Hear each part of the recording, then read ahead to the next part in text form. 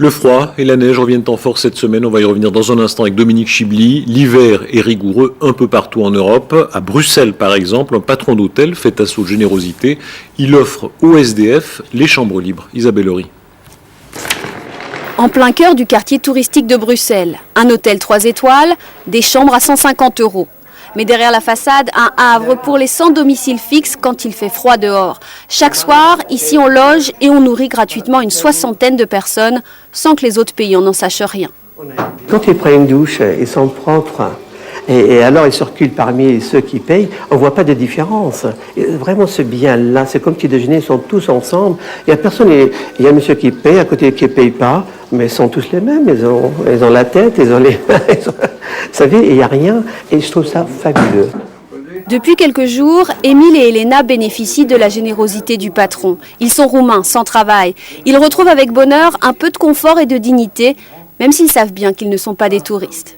Dans leur tête, je pense que leur croient que nous sommes touristes comme leur, mais nous avons un peu de douleur que nous avons à niveau zéro.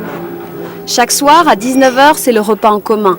Pour ceux qui ont perdu tous leurs repères, des horaires fixes sont une bénédiction, la chance d'un nouveau départ.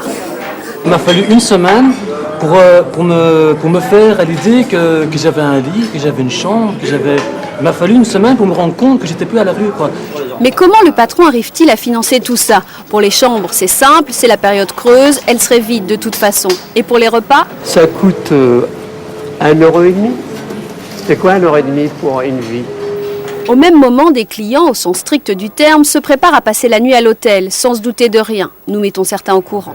Ça va tout à fait dans la direction un petit peu d'une remise en cause du comportement que la société dans les dernières années a eu.